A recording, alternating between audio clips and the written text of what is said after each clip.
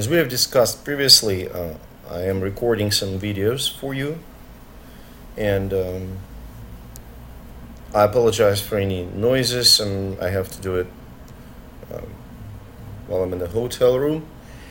Anyway, we discussed a little bit the structure of eukaryotic cell, and I wanted to remind you that all eukaryotic cells have a nucleus. Okay, you can see the nucleus right here, and a bunch of membrane-bound organelles like lysosomes, endoplasmic reticulum, or Golgi complex.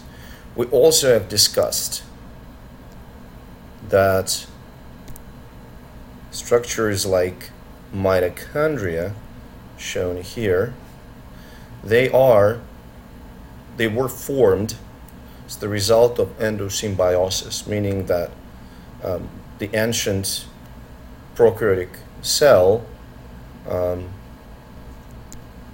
engulfed them, forming, ancient eukaryotic cell engulfed ancient bacteria, and that resulted in the formation of mitochondria. So let's take a look at some of the structures that can be found in the plant cell. So plant cells have the vast majority of organelles that you can also find in the animal cell. For instance, they of course have a nucleus. You can see it here. They have a membrane.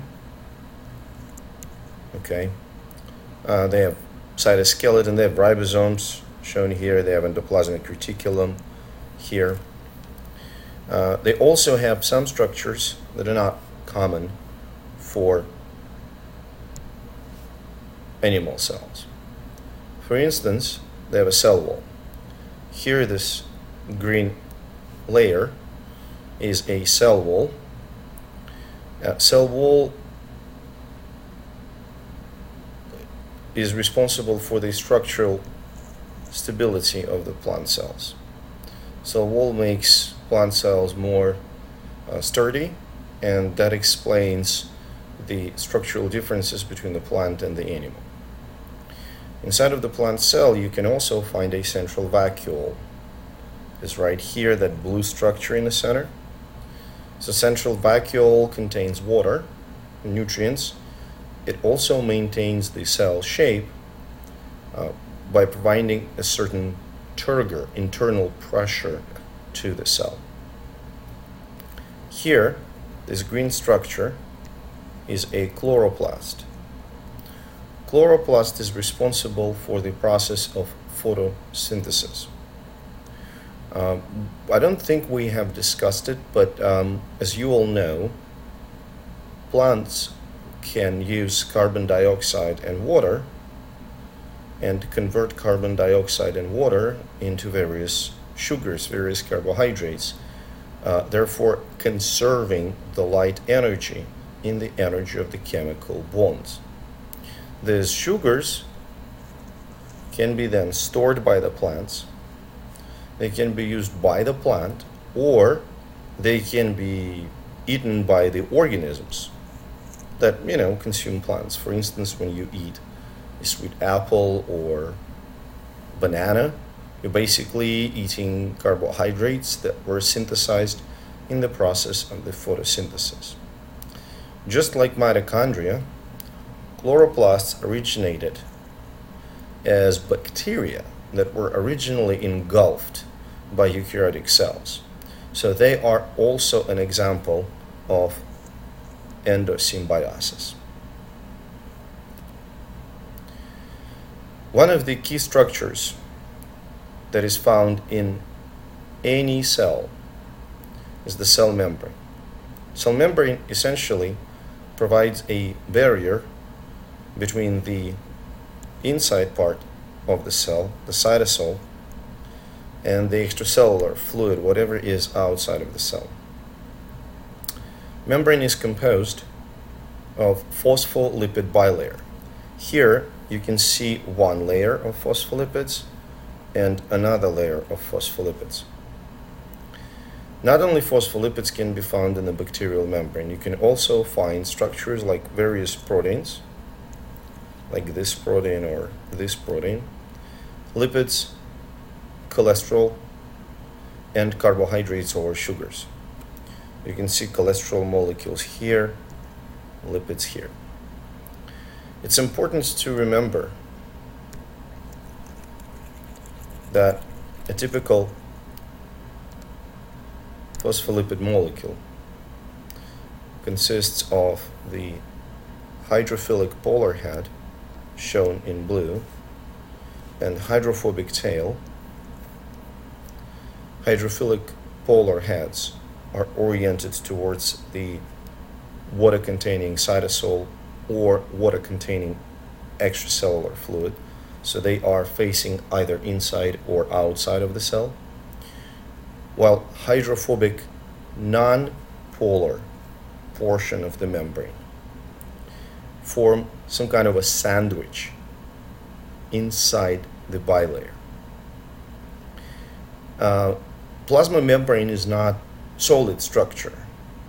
It's more like oil that is constantly moving, and its movement, its fluidity is regulated by the molecules of cholesterol.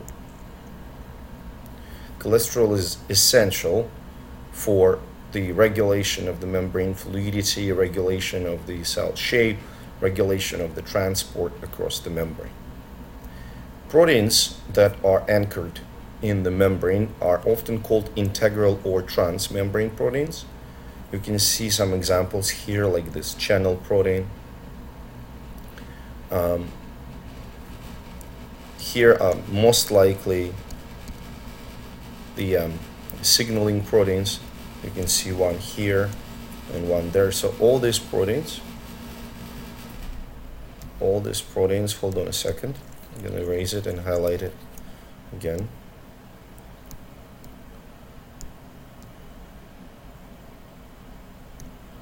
All these proteins, this one, are transmembrane proteins. Proteins that are located on the side of the membrane, like this one, is called a peripheral protein. So some of the chemical molecules that are found in association with the cell membrane are attached to the external surface, like this glycoprotein here and glycolipid here. These are often referred to as glycocalyx. Glycocalyx is the layer of the glycolipids and glycoproteins.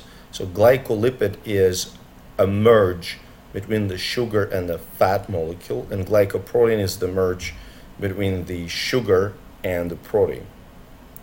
So glycocalyx is a unique signature of a cell in a particular organism. So for instance, blood type of a person is defined by the glycocalyx on the red blood cells. White blood cells carry certain proteins as the part of the glycocalyx that are called human leukocyte antigens, or HLAs, which essentially define that the cell belongs to that particular person. Okay, so basically these human leukocyte antigens, these glycocalyx on white blood cell in one person is different from glycocalyx on one white blood cell from another person. And we use this human leukocyte antigens to match a donor and a recipient during the transplantation. There is a significant role of inheritance in the shape, in the identity of HLAs. So that is why HLAs are usually pretty close within the immediate family. So often the transplantations, the donor and the recipient often occur in the same family. We're going to stop at this particular point, and I'm going to record another video reviewing the transport across the membrane.